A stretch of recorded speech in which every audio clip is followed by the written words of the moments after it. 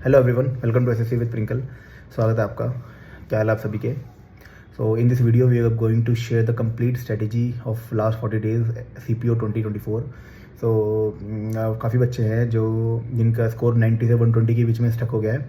ठीक है, 90, 100, 110, 120 से ऊपर नहीं बढ़ रहा है। ठीक है, जिनका स्कोर 150, 160 के आसपास आ रहा है तो उनको कुछ करने की ज़रूरत नहीं है। जो जैसा उनका चल रहा है चलाते रहो, अपना रिवीजन करो और अपना स्कोर बढ़ाते रहो। बस भाई, उनको तो कुछ बताने की ज़रूरत है नहीं। लेकिन कुछ बहुत मैक्सिमम बच्चे ऐसे हैं जिनका 110, 100, 90 या फिर 120 के आसपास स्टक हो गया है। तो उनको क्या करना चाहिए लास्ट के दिनों में, क्योंकि लास्ट के जो डेज होते हैं ना 40, ये लास्ट का जो महीना होता है वो बहुत इंपॉर्टेंट होता है। आपका स्कोर 120 से 150 बहुत ईजिली जा सकता है अगर आप अच्छे से राइट गाइडेंस में तैयारी करो तो लास्ट के टाइम पे।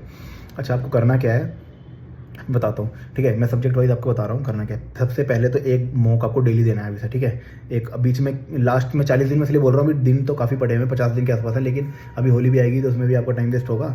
ठीक है, तो लगभग 40-45 डेज मान लेते हैं। तो आपको एटलीस्ट 30 मॉक का टारगेट बना लो कि भाई 30 मॉक मुझे अब से आज से लेकर तब तक देने हैं। 30 मॉक सीपी के लिए मोर देन इनफ है।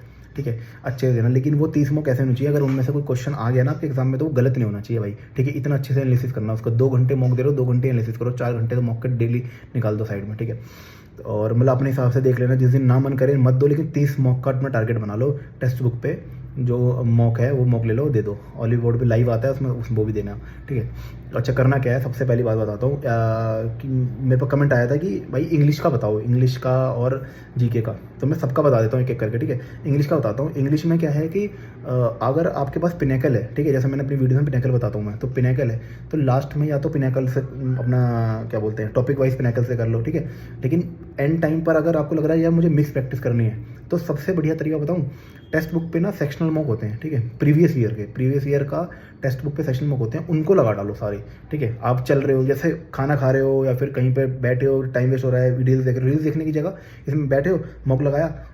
सीजल के कितनी देर में होते हैं यार, 7-8 मिनट में मॉक हो जाता है। लगाया देखा खत्म, लगाया देखा खत्म, आगे बढ़ाते चले जाओ। ठीक है, सीपीओ, सीजीएल, सीएचएसएल, एमटीएस, ये मत सोचो कि सब करना है, लेकिन जितना हो सके उतना कर दो। इतने बढ़िया नंबर आएंगे ना तो क्या होगा कि तुम्हारे आगे से अब से अगर डेली भी तुम अगर 4-5 सेट लगाते हो ना डेली, लगभग 200 से 300 क्वेश्चन, 200 क्वेश्चन एटलीस्ट अगर डेली लगाते हो, 300 क्वेश्चन डेली लगाते हो, तो तब तक तुम 200 इंटू लगभग 45 से 50 दिन लगा लो। ठीक है, तो 200 इंटू 50 कितने को 10,000 क्वेश्चन अगर आप डेली लगा लो। ठीक है, मतलब 10,000 टोटल ओवरऑल में लगा लोगे तो आप मैक्सिमम क्वेश्चन से गुजर चुके होगे। तो करना क्या है, इंग्लिश में तो ये हो गया। ठीक है, अगर जिसको मिक्स प्रैक्टिस करनी है वो ये बेस्ट तरीका है। ठीक है, या फिर अगर आपको क्या बोलते हैं, जैसे आप डेली मॉक तो दे ही रहे हो। ठीक है, मॉक, लेकिन ना मॉक प्रीवियस ईयर मत देना, मॉक वो दो जो टेक्स्ट बुक बना रहा है, उसमें ना अपनी आपको अपनी असली औकात पता चलेगा। क्या है कि प्रीवियस ईयर तो बहुत बार हमने क्वेश्चन देखे होते हैं कहीं ना कहीं, तो उसमें ना वो एक बोलते हैं ना कि जेन्युइनिटी नहीं आ पाती, कि समझ नहीं आता यार कि हमारा एक्चुअल लेवल है क्या। ठीक है, तो इसीलिए आप क्या करो कि वही मॉक दो जो टेक्स्ट बुक बना रहा है। दूसरी बात, प्रीवियस ईयर ऐसे ही जो मैं बता रहा हूँ ऐसे अपना क्विज की तरह अटेम्प्ट कर लो। ठीक है, पूरी इंग्लिश अटेम्प्ट कर दो।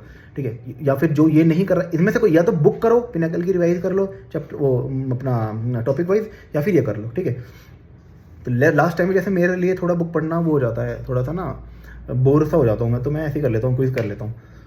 तो मैं बोला ऐसे ही कर रहा हूँ, जो मैं अपना स्ट्रैटेजी बता रहा हूँ अपनी स्ट्रैटेजी बता रहा हूँ। ठीक है, मोस्टली तो आपको भी काम आएगी वो बहुत अच्छे से।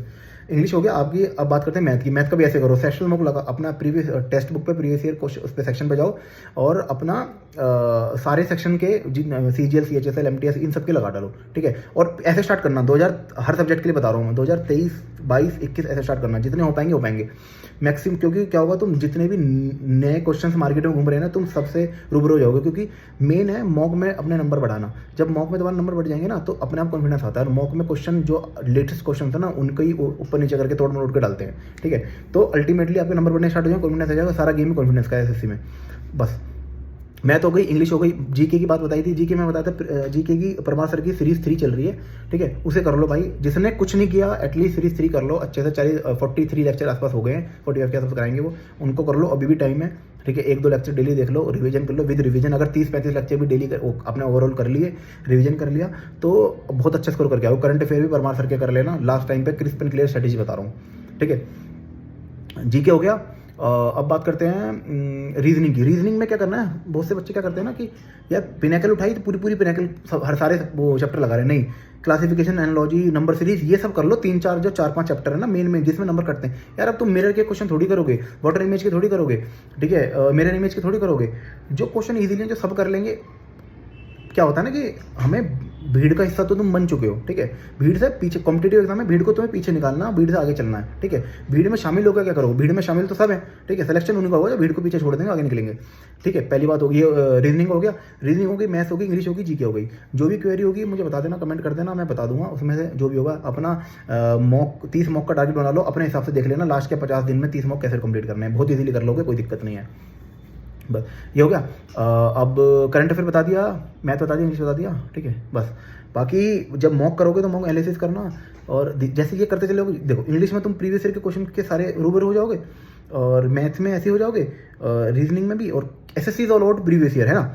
तो अभी तो वेंडर चेंज हो गया है ना, तो लेकिन अगर क्वेश्चन बिल्कुल ही डिफरेंट आ गए तो सबके लिए आएंगे, ठीक है। कट ऑफ ऑटोमेटिकली नीचे चली जाएगी। तो ये तो कोई सोचने की वाली बात ही नहीं है कि भाई क्या करें क्या ना करें। अब बात करते हैं बहुत से लोगों के, वो आ रही थी कि क्या बोलते हैं भाई पोस्टपोन तो नहीं होगा एग्जाम। भाई पोस्टपोन हो सकता है एग्जाम, बिल्कुल चांसेस तो हैं, क्योंकि यूपीएससी का हो गया, पीसीएस का हो गया, तो हमारा भी हो सकता है। लेकिन तुम अपना 9 मई ही लेके चलो, क्योंकि कुछ नहीं पता लास्ट टाइम पे तुम्हारा 9 मई में पेपर हो जाए, तुम सोच के बैठो जून में पेपर होगा, ठीक है। तो पोस्टपोन का तो मत सोच के चलो, अपना 9 मई के हिसाब से ही लेके चलो एग्जाम। बाकी अगर पोस्टपोन होता है तो मैं डाल दूंगा वीडियो, और उस हिसाब से अपनी स्ट्रेटेजी थोड़ा सा चेंज कर लेना। बाकी थैंक यू सो मच, और अच्छी वीडियो अच्छी लगे तो लाइक कर देना, शेयर कर देना, कमेंट कर देना। Thank you.